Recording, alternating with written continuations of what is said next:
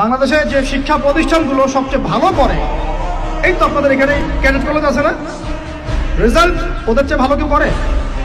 দেখেন প্রত্যেকটা স্টুডেন্ট যাদের নামাজ ফরজ নামাজ পড়ে ঠিকঠাক করে, 5 ওয়াক্ত নামাজ টাইম টু টাইম পড়ে, 5 ওয়াক্ত নামাজ তারা টাইম টু টাইম পড়তে পারে, ফিজিক্যাল এক্সারসাইজ করে, খাওয়ার সময় খায়, খেলার সময় খেলে, ঘুমের সময় ঘুমায়, পড়ার সময় পড়ে, তারা ভালো করে না? ভাই মুসলিম পরিবারে জন্ম নিয়েও নামাজ পড়ি না, আরো বড় কথা তো বলতে বাকি আছে এখন। মুসলিম পরিবারে জন্ম নিয়েও হালাল খায় না, বেশিরভাগই হারামের সাথে থাকে।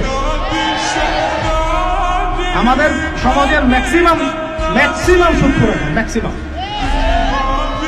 সুদ কি আমার কাছে শোনেন, বাকিদের কথা বাদ দেন, আমার কাছে শোনেন সুদ কি জিনিস। সুদ ইজ ইকুয়াল টু নিজের মায়ের সাথে সেক্স করা।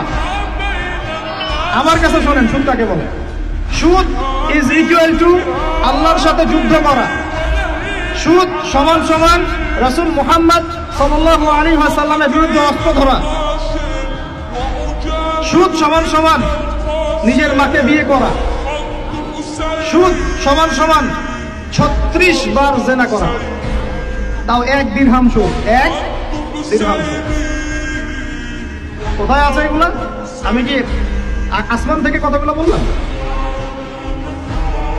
সহিহ বুখারীর হাদিসে নবী সাল্লাল্লাহু আলাইহি ওয়াসাল্লাম বলেছেন, সুদের পাপের 70টা শাখা আছে। কয়টা ভাই? আরেকটা হাদিস পেয়েছিলাম, সেখানে আছে 73টা শাখা। কয়টা?